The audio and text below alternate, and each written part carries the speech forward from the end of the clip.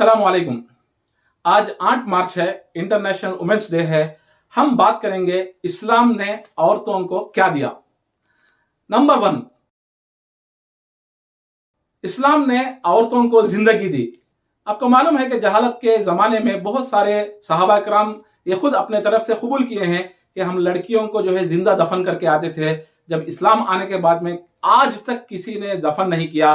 और आज जो लेटेस्ट ज़माना आया है अबॉर्शन का, आप देखिए कि मुस्लिम उम्मत इसके अंदर ना के बराबर है अबॉर्शन करने में, क्योंकि लड़के और लड़के को एक नज़र से देखती है ये मुस्लिम उम्मत। ये है इस्लाम ने औरत को जिंदगी दी। दूसरा, इस्लाम ने औरत को नाम दिया। आप देखिए कि आज जब शादी होती है तो औरत का नाम जो है उसको बिगाड़ दिया जाता है। जैसे मैं शादी करके जिस लड़की को लाया हूं उसको मिसेस अब्दुल लतीफ कहते हैं, जबकि उसका एक नाम है और उनका एक खानदान है। इस्लाम ने उस नाम को खराब नहीं किया। उसकी एक जिंदा मिसाल हजरत आयशा सिद्दीक़ा रज़ियल्लाहु ताला अन्हा उम्मुल मोमिनीन। आप देखिए कि सिद्दीक़ जो है उनके बाप का नाम है, बाप के खानदान से उनको जोड़ा जाता है। अल्लाह के रसूल सल्लल्लाहु अलैहि वसल्लम शादी करने के बाद में उम्मुल मोमिनीन को हजरत आयशा सिद्दीक़ा ही कहा गया और अल्लाह के रसूल सल्लल्लाहु अलैहि वसल्लम के नाम से नहीं जोड़ा गया। और तीसरा, एजुकेशन।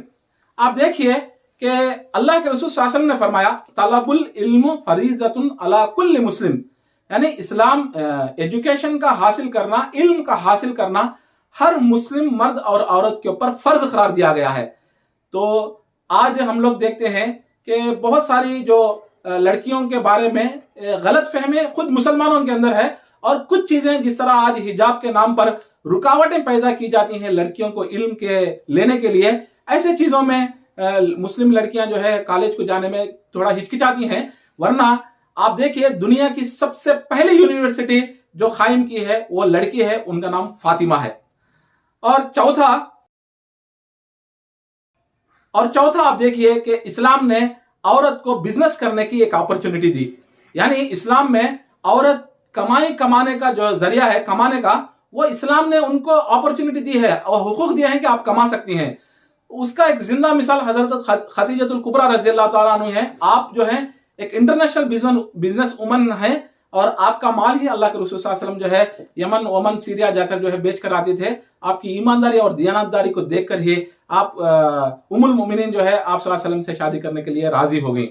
और इस्लाम में यह भी है कि औरत जो भी कमाती है उसका हक सिर्फ औरत पे है। उस कमांड जो है वो मर्द के हाथ में नहीं है, वो कहीं भी खर्च कर सकती है। और मर्द को यह जिम्मेदारी दी गई कि बच्चों को और बीवी को पालने की पूरी जिम्मेदारी मर्द की है, लेकिन औरत जो भी कमाती है उसका जो पैसा उसी का हक है, वो कहीं भी खर्च कर सकती है। बहुत सारे हदीस के अंदर हम लोगों को यह भी मिलता है कि बहुत सारे सहाबियात इतने मालदार थी कि वो जब ज़कात निकालती थी तो उनका शोहर जो गरीब था उन्हीं को शोहर को जो है ज़कात देती थी। और ऐसे बहुत सारे हम लोगों को हदीस मिलेंगे।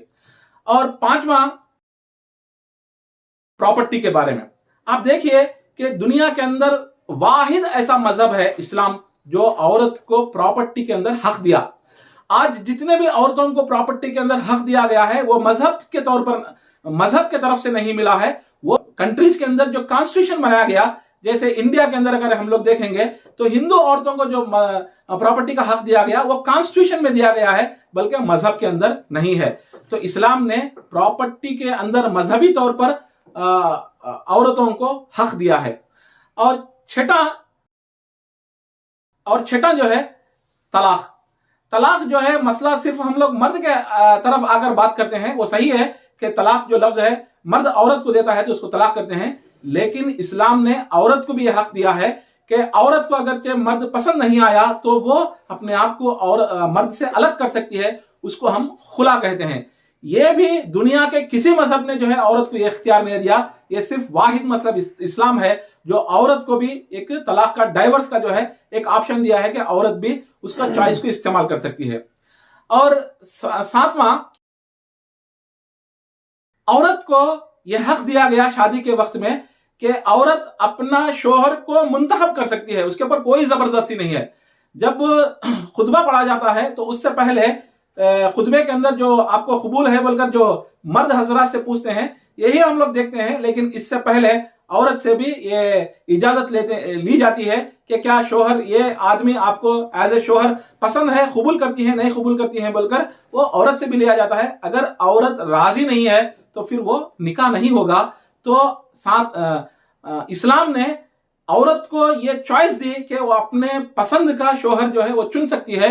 उसके लिए माँ बाप का या किसी लोगों का जोर और जबरदस्ती उसके अंदर नहीं चलेगी। और आठवीं चीज, आप देखिए कि हर औरत को हम लोग जो माहवारी कहते हैं, पीरियड्स होते हैं, उर्दू में उसको हैज कहते हैं, तो इसको लेकर अलग अलग सोच है, यानी उसको नहुसत कहा जाता है।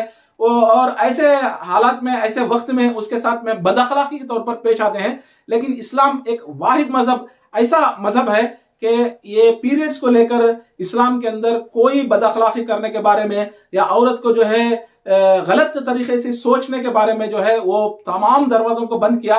जबकि हदीस के अंदर हम लोगों को ये मिलता है कि हजरत उम्मुल मोमिनीन हजरत आयशा सिद्दीक़ा रज़ियल्लाहु तआला अन्हा फरमाती हैं कि जब मैं हैज के हालत में होती थी तो आप सल्लल्लाहु अलैहि वसल्लम जब तहज्जुद की नमाज पढ़ते थे तो घर छोटा होने की वजह से जो पैंती आप नमाज पढ़ते थे तो उनकी नमाज की हालत में मेरे पैर उनको छूते थे, तो आप सल्लल्लाहु अलैहि वसल्लम सजदे की हालत में पैरों को दूर कर कर सजदा करते थे। यानी आप जब हैज से होती थी, पीरियड से होती थी, तो आपके पैर तहज्जुद की नमाज में अल्लाह के रसूल सल्लल्लाहु अलैहि वसल्लम को टच करते थे, तो आप सजदे की हालत में पैरों को अपने हाथ से दूर करके नमाज को मुकम्मिल करते थे।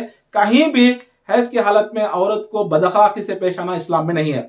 और दूसरी हदीस में उम्मुल मोमिनीन हजरत आयशा सिद्दीक़ा रज़ियल्लाहु तआला अन्हा फरमाती हैं कि जब आप सल्लल्लाहु अलैहि वसल्लम ने पेशानी को बोसा दिया तो हजरत आयशा सिद्दीक़ा रज़ियल्लाहु तआला अन्हा का, अल्लाह के रसूल सल्लल्लाहु अलैहि वसल्लम मैं गंदी हूं।